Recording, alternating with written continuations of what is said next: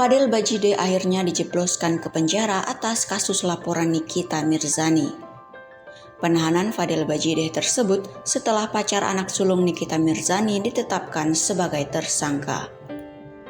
Diketahui, Nikita Mirzani melaporkan Fadel Bajideh terkait pelanggaran UU Perlindungan Anak.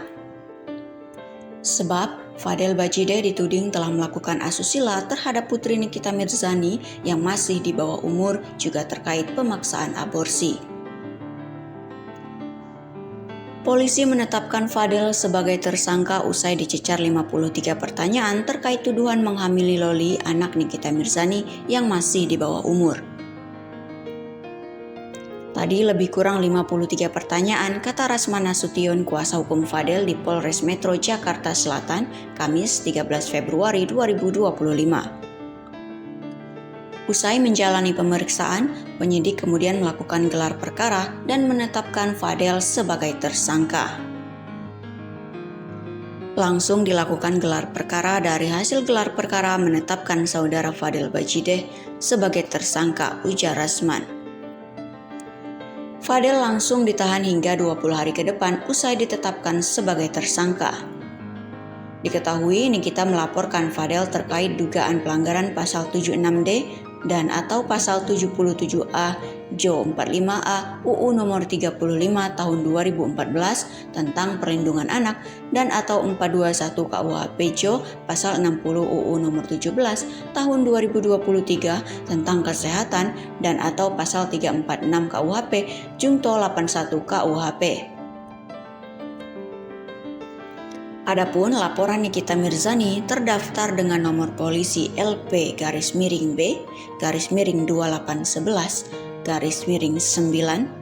2024*SPKT*Polres Metro Jaksel*Polda Metro Jaya. Dan gelar perkara itu menetapkan saudara Fadel Al-Fajar Bajideh sebagai tersangka.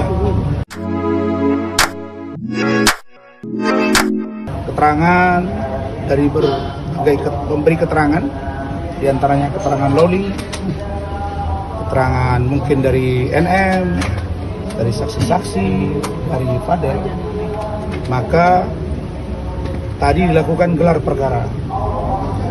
Dan gelar perkara itu menetapkan saudara Fadel Al-Fajar Bajideh sebagai tersangka. Dan